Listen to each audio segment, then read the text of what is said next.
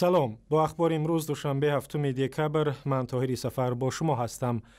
شورای مجلس نمایندگان پالاتای پایانی پارلمان تاجیکستان روز هفتم دکبر طرح قانونی را بررسی کرد که در صورت قبول شدنش به رئیس جمهور امام علی رحمان عنوان پیشوای ملت را می‌دهد. در دفتر مطبوعات مجلس نمایندگان به رادیو آزادی گفتند اعضای شورا طرح قانون درباره اساسگذاری صلح و وحدت ملی و پیشوای ملت را معقول دانستند. قرار است این سند روز 9 دکبر برای تصویب به وکیلان پارلمان پیشنهاد شود. با گفته مؤلفان طرح از حزب خلقی دموکراتی و دیگر احزاب پارلمانی، اعتراف رئیس جمهور همچون پیشوای ملت عامل وحدت و پیشرفت تاجیکستان می شود. ولی بعضی از دانشمندان تاجیک گفتند پیشوا عادتاً در نظام‌های قبیلوی، شاهیگری و دینی می شود، نه در جامعه دموکراتی. زمین لرزه قوی روز هفتم دکبر مناطق گوناگون تاجیکستان از جمله شهر دوشنبه را تکان داد. در مرکز زمین لرزه در ناحیه مرغاب در بدخشان نیروی آن به 7 درجه جدول ریختر رسیده است، ولی مقامات گفتند در این حادثه طبیعی کسی آسیب ندید.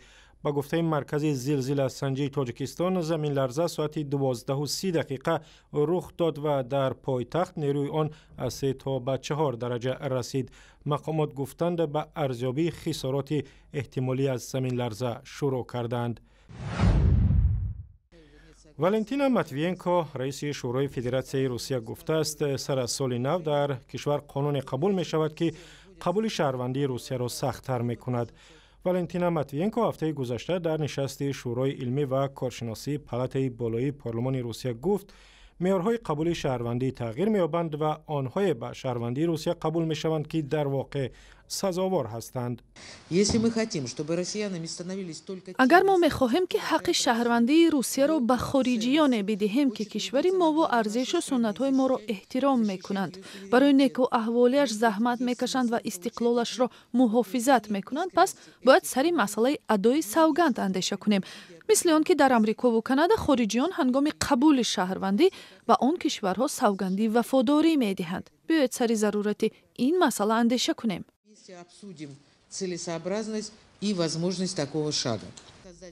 خدمات فدرالی مهاجرت روسیه گفته است نظام دادن حق اقامت و شهروندی بر اساس بال می شود و داوطلبان این حق باید حداقل 65 بال و یا خال بگیرند.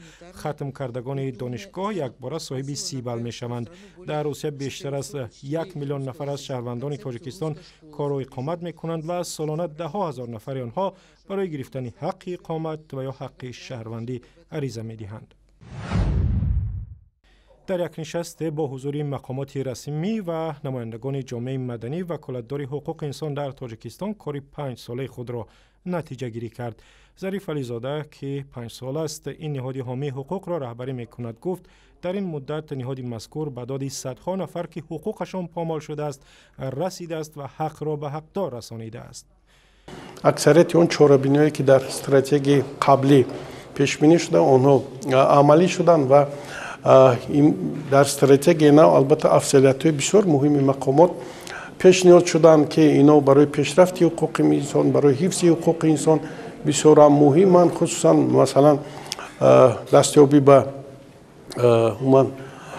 معلومات ما میگیم، یعنی این چنین مسئله های حفظ حقوق انسان در مؤسسات پوشیده، قسمان پوشیده، مسئله های تعلیم در سایه حقوق انسان، حفظ حقوق های مهاجران مهنتی ولی سازمان های مستقل حامی حقوق در تاجیکستان میگویند وکالتدار حقوق انسان انتظارات آنها را برآورده نکرد، زیرا با وجود بی‌اعتنایی زیاد به حق مردم این نهاد صدا بلند نمی کند. وکالتدار حقوق انسان در تاجیکستان گفت که در 4 سال آینده از بین بردن شکنجه و مساعدت به آزادی بیان در تاجیکستان در مد اول کار این نهاد قرار می گیرد.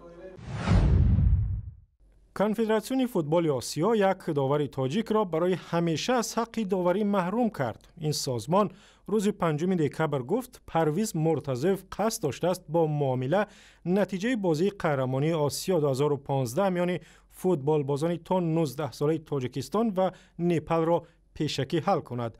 همراه با پرویز 4 بازیگر تیم نپال و یک مقام رسمی فوتبال آن کشور برای همیشه از حق بازی و فعالیت در ساحه فوتبال محروم شدند.